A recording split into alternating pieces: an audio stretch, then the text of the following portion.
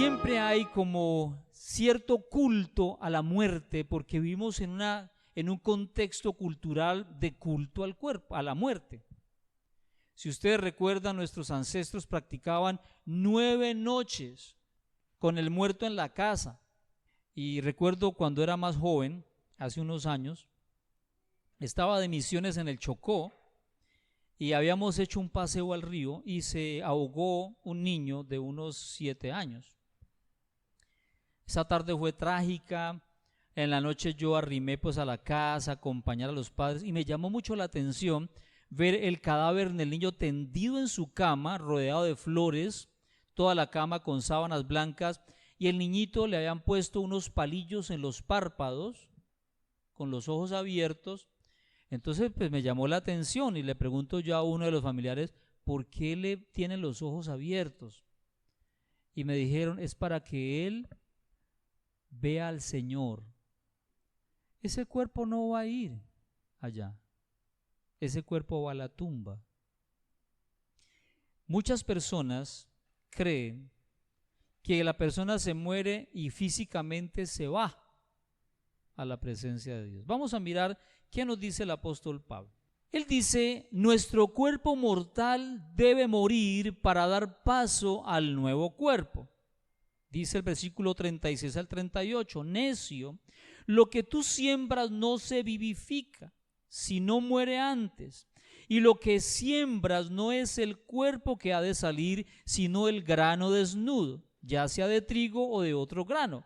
Pero Dios le da el cuerpo como Él quiso y a cada semilla su propio cuerpo. Ahora, Pablo hace uso de una metáfora de la semilla y luego dice, para que haya una vida, una semilla debe morir. En cierta forma, Jesús usó la misma metáfora para explicar que en el Evangelio es necesario morir para nacer a algo mejor y de mayor gloria. Y él dice, Jesús le respondió diciendo, ha llegado la hora para que el Hijo del Hombre sea glorificado.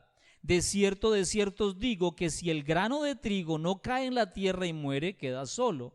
Pero si muere, lleva mucho fruto. Eso es Juan 12, 23 y 24. Cuando uno siembra una semilla en la tierra fértil que tiene suficiente humedad y una temperatura adecuada, la semilla germina. El proceso de germinación hace que la semilla se desintegre. Al morir, la semilla da a luz una nueva vida en la forma de una planta en desarrollo que después madura y produce semilla. Jesús comprendía perfectamente este principio espiritual y antes de la victoria es necesario pagar un precio. Él sabía que era necesario ir al Calvario, pasar por todos los sufrimientos para que diera la vida y esa vida se convirtiera en la oportunidad nuestra de tener también la vida eterna. Ahora bien,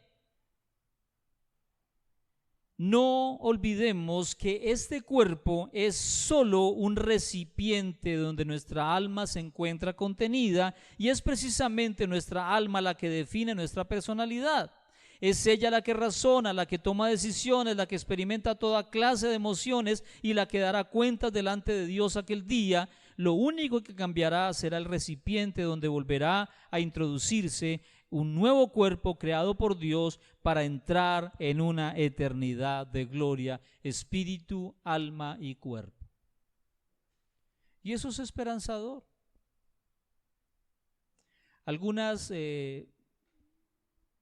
sectas enseñan que cuando uno muere ya cesa todo, no hay más nada.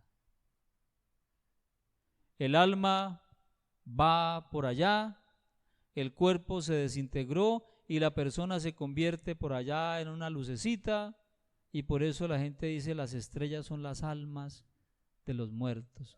Y hay gente que mira la estrella y dice, esa debe ser mi madre, esa debe ser mi abuelita. Y hay papás que le enseñan a los hijos eso. Y cuando uno se muere se vuelve una lucecita. Y que allá la mamá y la abuelita lo está acompañando y le está dando instrucciones y le está enseñando. Por eso necesitamos tener claridad de estos temas para no confundir. Decimos cosas simplemente porque creemos que así consolamos, pero estamos diciendo algo que no es conforme a la palabra de Dios. ¿De acuerdo? Un segundo aspecto que Pablo va a mencionar es que un cuerpo con una naturaleza diferente es lo que va a resucitar. Versículos 39. No toda carne es la misma carne, sino que una carne es la de los hombres, otra carne es la de las bestias, otra la de los peces y otra la de las aves. Aquí refiriéndose a los diferentes tipos de cuerpos que se pueden encontrar en la naturaleza. Y Pablo está hablando de en el mundo existen diferentes clases de criaturas con diferentes cuerpos y cada uno de estos con diferentes características. Por eso dice, no toda carne es la misma carne. Y la Reina Valera tradujo carne de la palabra griega sarx, la palabra griega que se utiliza en el Nuevo Testamento para referirse a la naturaleza pecaminosa del hombre y no tanto al cuerpo humano como tal. En este sentido, las diferentes carnes de hombre, bestias, peces y aves no describen diferente naturaleza de seres creados, sino de formas físicas. Por ejemplo, los hombres tienen naturaleza diferente a los peces, nosotros somos diferentes a los animales. Y una filosofía actual está vendiendo la idea de que los animales son como los seres humanos.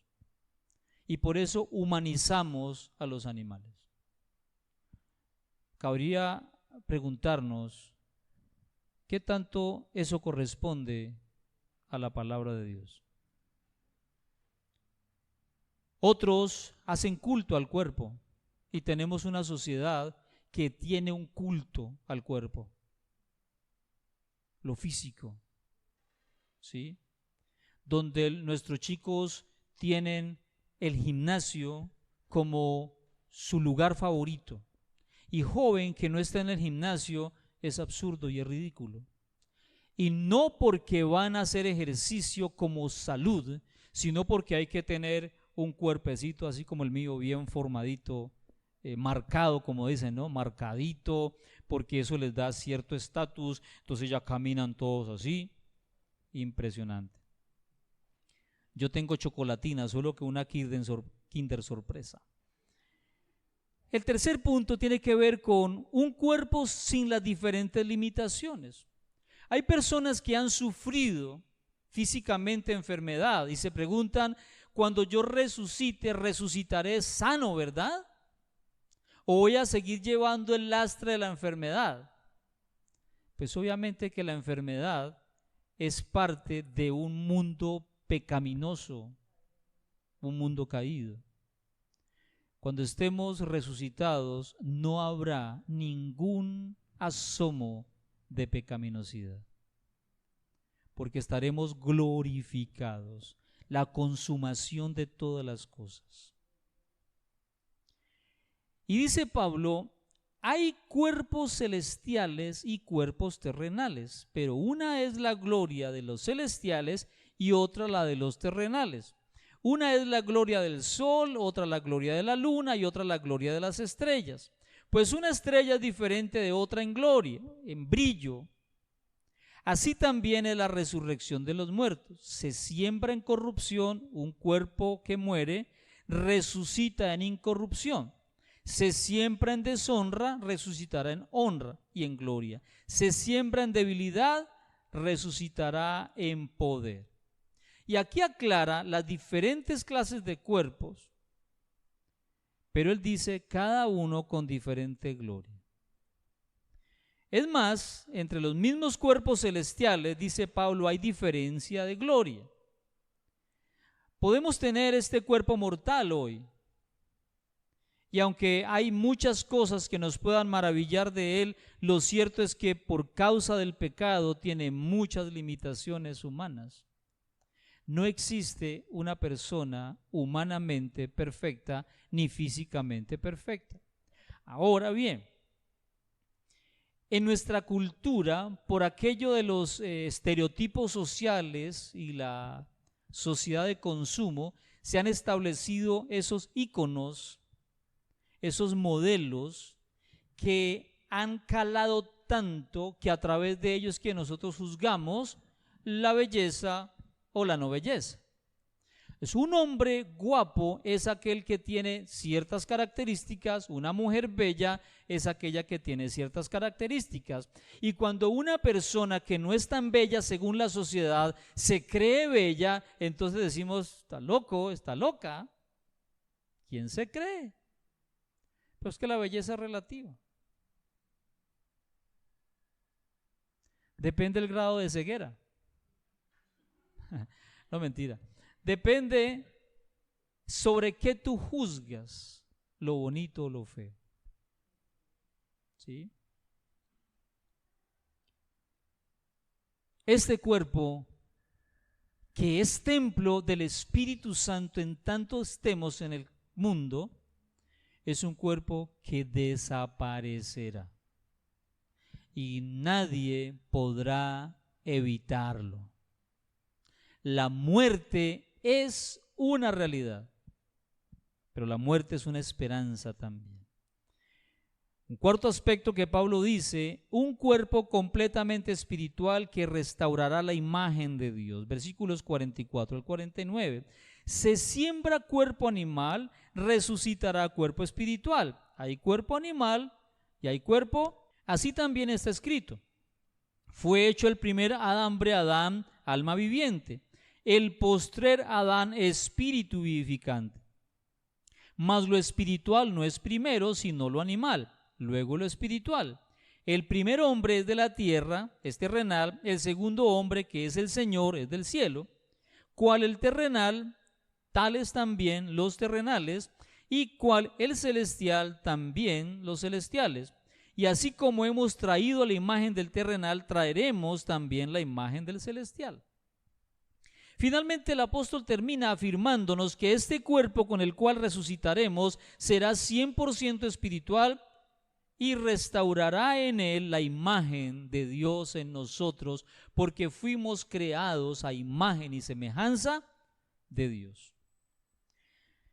Hay dos clases de cuerpo según Pablo. El primero es el cuerpo animal y es una palabra griega que dice sujikos, la cual describe a un ser con una naturaleza baja, sensual, pecaminosa. Ese es el cuerpo con el cual nacemos.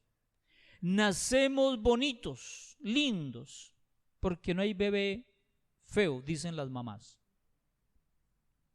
Así las tías, los primos y los vecinos digan que es feo, para un padre y una madre su hijo siempre es bello.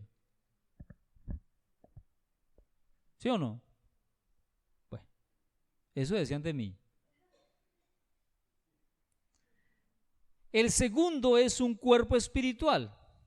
Y la palabra que utiliza es neumáticos, describe a un ser completamente espiritual.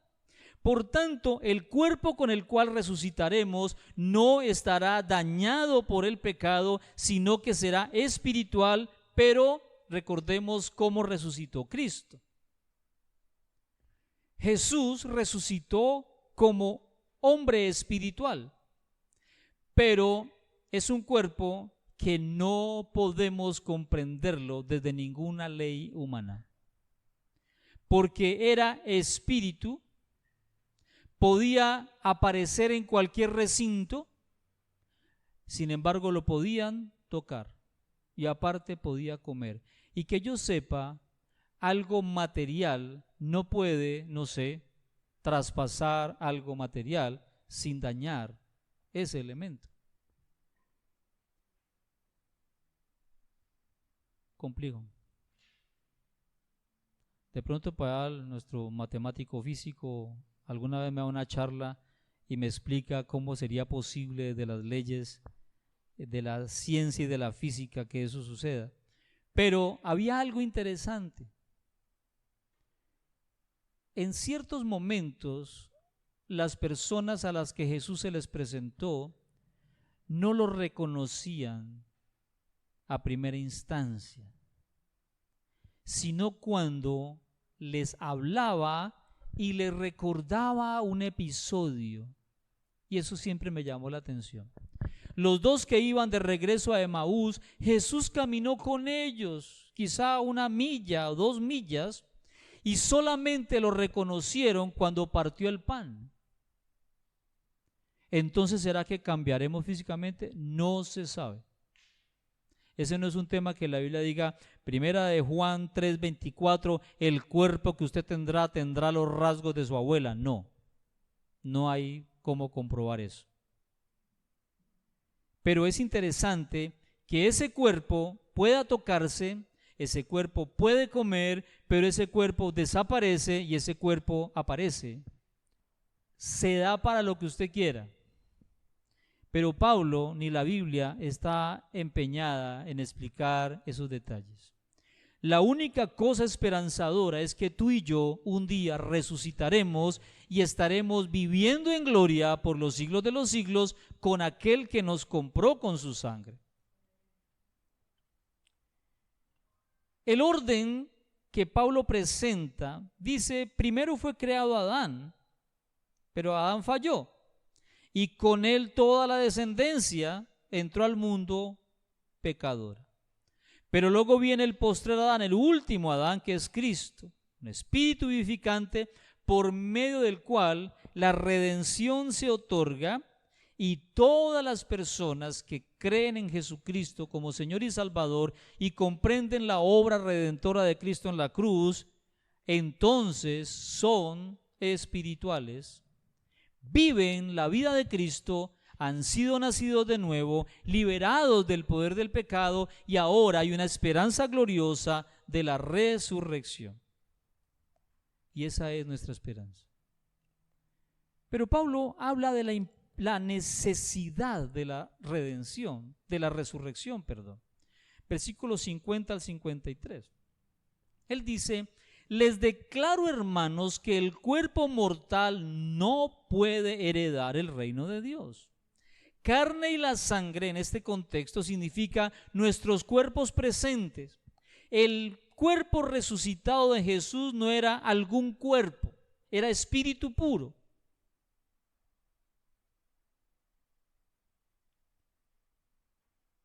Era un cuerpo material, descrito como carne y hueso en Lucas 24:39. Mirad mis manos y mis pies, que soy yo mismo, palpadme y ved, porque un espíritu no tiene carne ni huesos, como veis que yo tengo, en lugar de carne y sangre. Esto parece ser una pequeña distinción para nosotros, pero debe ser una distinción importante para Dios. No entiendo cómo será eso. No tengo ni idea cómo resucitaré ni qué forma tendré.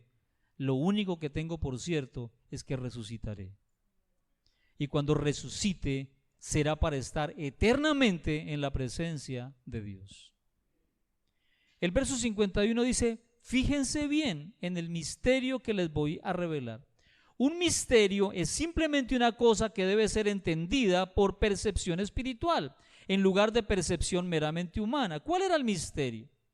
Y Pablo dice, no todos moriremos, pero todos seremos transformados. Verso 52, en un instante, en un abrir y cerrar de ojos, al toque final de la trompeta, pues sonará la trompeta y los muertos resucitarán con un cuerpo incorruptible y nosotros seremos. Y Pablo dice, los que estén muertos resucitan. Los que estén vivos serán ¿qué? Transformados con el mismo cuerpo que tendrán los que resucitan. Porque este cuerpo no irá a la presencia de Dios. ¿Por qué? Porque es un cuerpo corruptible. Ahora pensemos en eso. Por eso, si no fuera por la sangre de Cristo que nos cubre, ninguno podríamos entrar al reino de los cielos, porque somos imperfectos y Dios no se relaciona con el pecado. Llegará un día cuando en el plan eterno de Dios Él le dé a aquellos muertos en Cristo sus cuerpos de resurrección.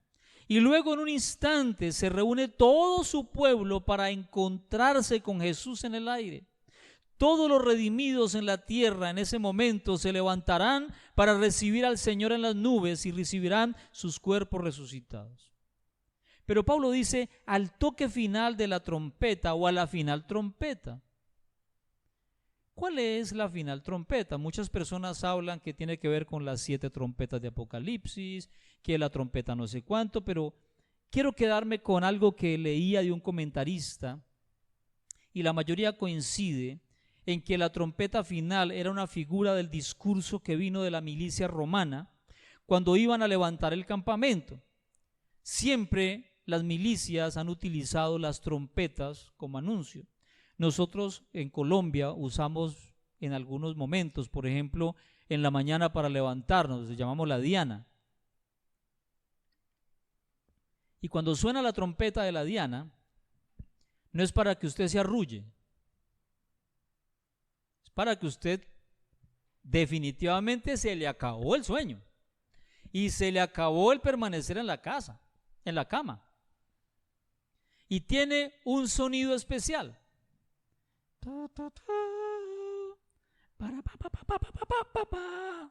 Eso sabe. Cuando usted escucha esa vaina, adiós cobija, adiós camita, ¡pum!, ya debe estar en la ducha. Entonces el ejército siempre utilizó sonido de trompeta. Y este comentarista dice lo siguiente: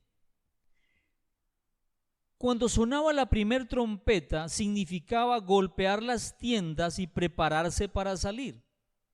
Cuando sonaba la segunda trompeta significaba hagan la fila, ya el campamento debía estar desarmado. Y cuando sonaba la última trompeta significaba marchar. La final trompeta de la que Pablo habla describe también las órdenes de marcha de los cristianos para ir a la presencia del Señor. Despierten, vamos. Ya es hora de estar con el Señor. Versículos 53 al 55, Pablo escribe: porque lo corruptible tiene que revestirse de lo incorruptible y lo mortal de inmortalidad. Cuando lo corruptible se revista de lo incorruptible y lo mortal de inmortalidad, entonces se cumplirá lo que está escrito: la muerte ha sido devorada por la victoria. ¿Dónde está, oh muerte, tu victoria? ¿Dónde está, oh muerte, tu aguijón? La resurrección es una necesidad para el destino cristiano. Nosotros tenemos que ver la muerte no con temor, sino con esperanza. La muerte es el fin de la vida terrenal, pero la puerta de acceso a las moradas eternas. Yo sé que muchos hermanos creyentes han estado en lechos de muerte y algunos han expresado: tengo temor morir. La pregunta es: ¿temor a morir? ¿Por qué? Si la muerte es esperanza. Tal vez pensando en la familia que dejo, porque es que a veces somos tan egocéntricos hasta al borde de la muerte. ¿Qué van a hacer sin mí?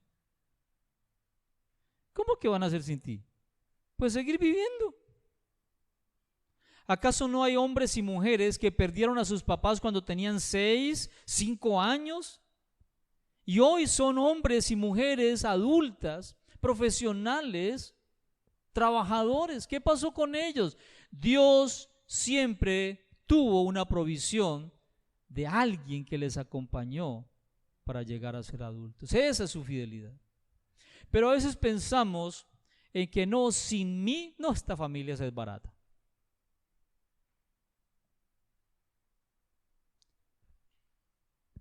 Alguna vez le compartí a mi esposa que cuando yo pienso en la muerte, y yo le decía: que te mueras tú primero, para que no tengas que sufrir mi ausencia. No, y créame que no lo digo pensaba en que es difícil, es duro. Así que yo decía, prefiero vivirlo primero. Pero luego recapacitaba y ella misma me decía, ¿y quién te crees tú? ¿Acaso tú eres el Señor? Y tiene razón. Si yo me muero primero, se las arreglará y saldrá adelante, porque no estará sola, ni yo tampoco lo estaré. Pero tienen que ser conversaciones que debemos tener con los hijos igual. Y que nuestros hijos puedan ver la muerte como algo esperanzador, no la tragedia de la vida. Ah, sí, van a llorar, van a lamentar, van a hacer el duelo. Pero nos encontraremos un día si perseveran en Cristo. Amén. La resurrección es una necesidad para el destino cristiano. Y a la luz de esto, ¿cómo podrían los cristianos corintios dejar ir tan importante verdad? La resurrección es la derrota final de la muerte. ¿Por qué? Porque en el pecado, una persona cuando muere sin Cristo, ya no hay nada que hacer. La muerte es el aguijón, dice Pablo. La muerte es la victoria del pecado. Después que una persona muere, ya no hay nada que hacer por esa persona. Con todo respeto a los que piensan que orando y haciendo algo por un muerto lo pueden sacar para la eternidad, imposible. No es bíblico, no corresponde a la teología de la Biblia. Conocemos la historia en la venta de indulgencias, cuando se le hacía creer a las personas que si pagaban algunas monedas de oro, los líderes religiosos que pertenecían a la iglesia tenían la facultad de sacar personas de la condenación eterna y trasladarlas al cielo. Oiga, eso es una cosa muy terrible. El único que puede abrirnos las puertas del reino de los cielos se llama Jesucristo, por su sangre preciosa.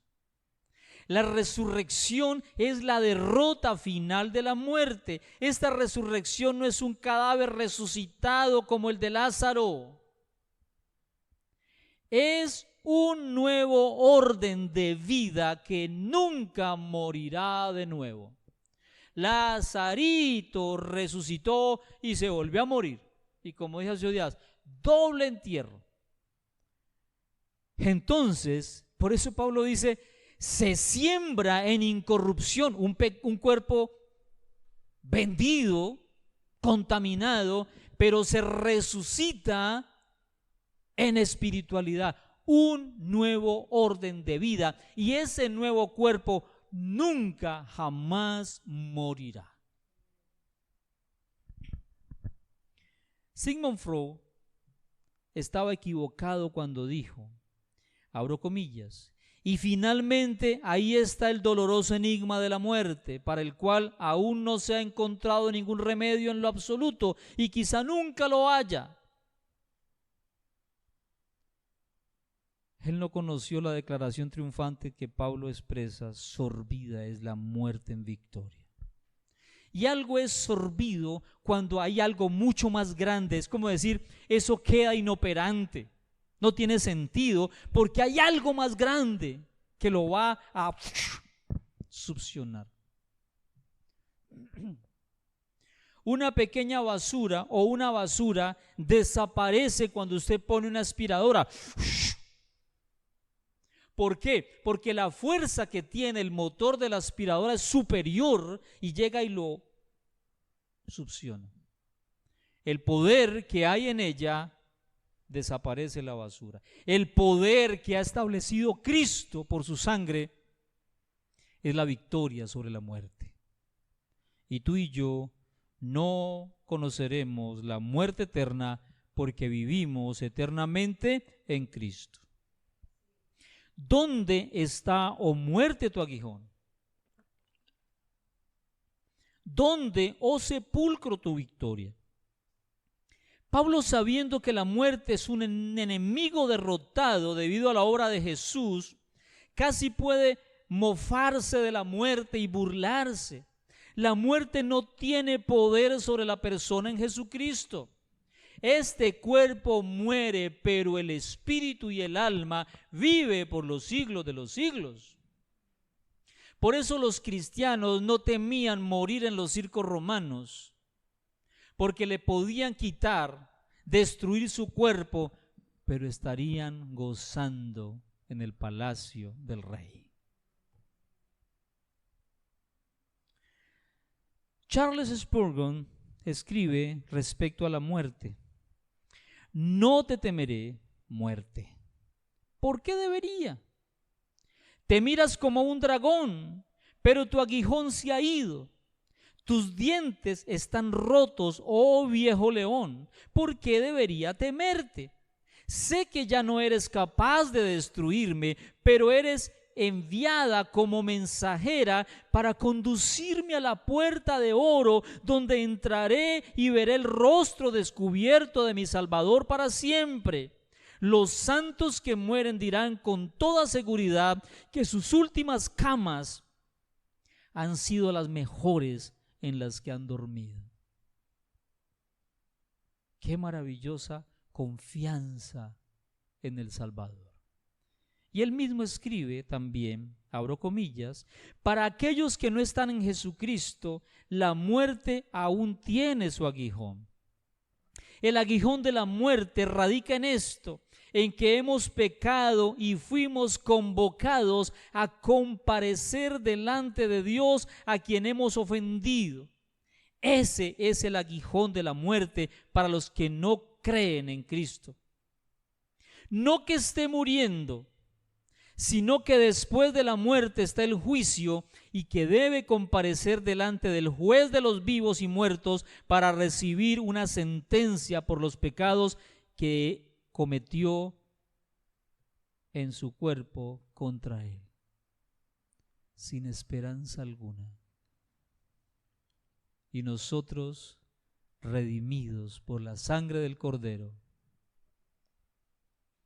entraremos y seremos recibidos por él en gloria. Amén. El principio de la resurrección también prueba que no estamos bajo la ley nunca más. Ya no estamos sujetos al castigo de la ley, la muerte, la consigna de Dios por el pecado. Todo pecador debe morir. Y somos libres del pecado a través de Cristo. El pecado es la causa final de la muerte y el resultado no puede ser derrotado a menos que la causa sea derrotada también. Y Cristo derrotó el pecado y Cristo derrotó la fuente del pecado y perdona nuestros pecados. Esta derrota de la muerte solo es posible para aquellos que viven por medio de nuestro Señor Jesucristo. Para otros hay una resurrección y vida eterna, sí, pero para condenación. Concluyo cómo nuestro destino de resurrección significa que debemos estar firmes para el Señor.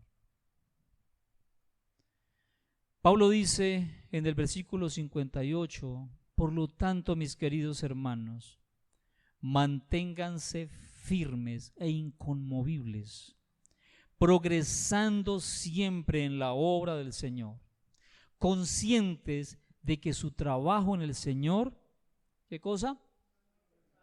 Unas palabras de aliento, porque en nuestra vida cotidiana, en lo ministerial, en lo familiar, en lo laboral, tendemos a desesperarnos, a flaquear. A veces pensamos que no está pasando nada, que somos débiles, que no vemos en ninguna parte ni por cualquier lugar nada, estamos como con un velo. Pero Pablo dice, manténganse firmes, inconmovibles. Y eso solamente es posible cuando entiendo quién es el que vive conmigo y a dónde me está dirigiendo mi Señor y Salvador. Debido a que sabemos que la muerte está derrotada y tenemos un destino eterno y resucitado con Jesucristo, debemos permanecer firmes, mucho más por Él en estos momentos. Debemos trabajar duro en todo ahora, trabajando para el Señor, porque ahora cuenta para siempre. Incluso si tu labor a veces pareciera en vano para todo el mundo y todos no toman en cuenta o no aprecian lo que haces para el Señor, tu trabajo en el Señor no es en vano. Puede que tu familia te critique, puede que los amigos se burlen de ti, puede que tú mismo sientas que es en vano lo que estás haciendo, pero trabajamos para el Rey de Reyes. No nos desalentamos. Había cierta desolación al empezar el servicio. Tan poquitos. Hoy como que no viene nadie. ¿Será que empezamos o no empezamos? Y una vez me hicieron esta pregunta. ¿Qué haces tú, pastor, cuando tienes un sermón que sabes que es de Dios para la iglesia y no vienen sino 3 o 4 personas? Le dije, lo predicaría con toda mi pasión, porque no fue mi imaginación, sino la palabra de Dios. Y si vinieron 3, esos 3 serán bendecidos. Y si vinieron 500, esos 500 serán bendecidos. Pero no nos desanimamos por eso. Lo hacemos para el Señor, hayan pocos o hayan muchos, porque donde estén 2 o 3 reunidos en su nombre, ahí está el Señor. Y lo que importa es eso. Tú y yo servimos a un Dios vivo, a un Señor grande. Resurrección significa que tu trabajo en el Señor no es en vano. Creciendo en la obra del Señor siempre, como escribe el autor de Hebreos, porque Dios no es injusto para olvidar vuestra obra y el trabajo de amor que hemos mostrado hacia su nombre, habiendo servido a los santos y sirviéndoles aún. Porque se trata de Él, por Él y para Él siempre. Y saben, mis hermanos, la única forma de poder permanecer firmes e inconmovibles es gracias al poder que Él nos ha dado. Me reconcilió.